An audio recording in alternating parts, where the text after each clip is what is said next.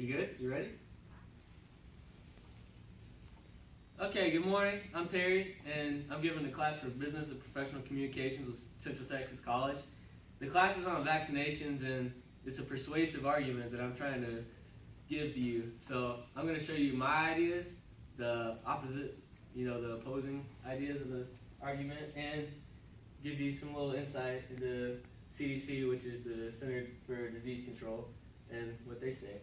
So the definition of a vaccine is any preparation used as a preventive inoculation to confer immunity against a specific disease, usually employing an innocuous form of the disease agent or killed, weakened bacteria or viruses to stimulate antibody production.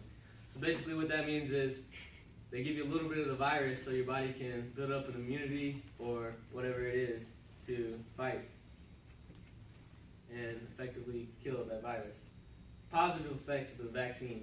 Vaccine can save children's lives. Ingredients of vaccines are administered in safe doses. Some diseases have been completely eradicated, such as polio and soon possibly smallpox. Vaccines protect future generations. So what that basically means with the last one is future generations. If, say, a mother is given a vaccine for polio, the child is less likely to have that disease because she has the antibodies built up to suppress that, positive trait for polio. Negative effects of vaccines. Vaccines can sometimes cause effects which can be deadly. Vaccines can infringe upon a person's rights when mandated. What that means is the government is pretty much forcing people to get vaccines, not here in America, but when you go in and you tell somebody to do something, it kind of takes away the right to do it, right? It's either you do it or you don't, and there's a negative side effect.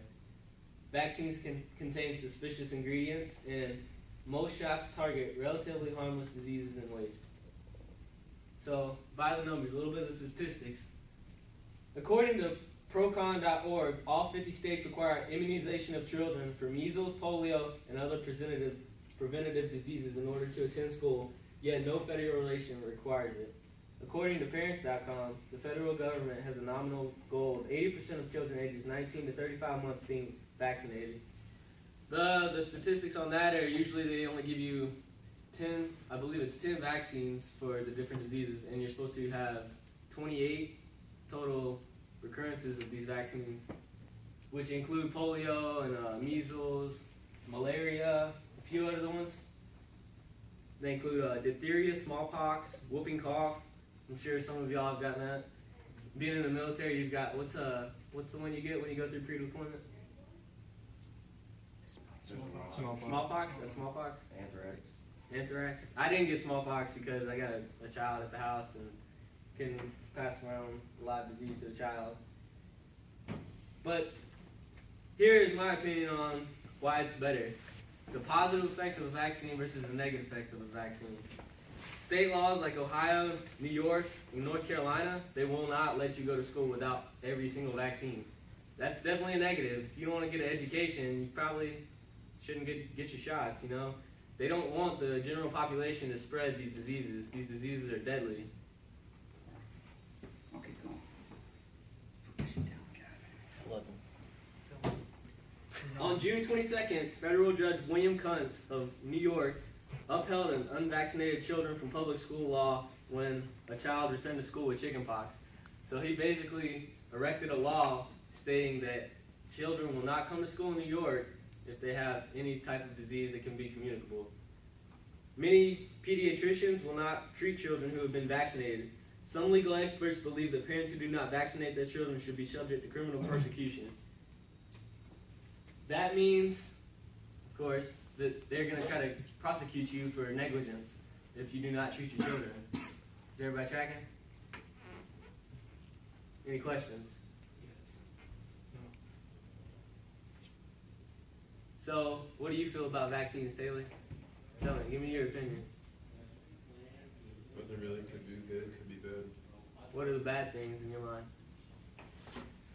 I guess, as you said, it takes away the choice if they're forcing people to get it. Okay. What are the positives? Building up an immune system, so almost completely eradicating diseases out of the general populace. So, are you gonna choose to give your children vaccines or not? I would. I would give my children vaccines because, one, like you said earlier, there's so many kids in a school nowadays that the population is ridiculous. So therefore, you can have kids that get these diseases, and if you've given your kids the shots, then you're protecting them from that.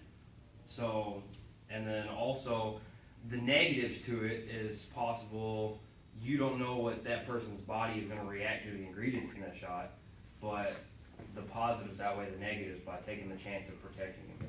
Because if there is a negative reaction, I guarantee you there's gonna be another reaction that they can give him to help prevent that. This is my presentation for persuasive argument. Thank you.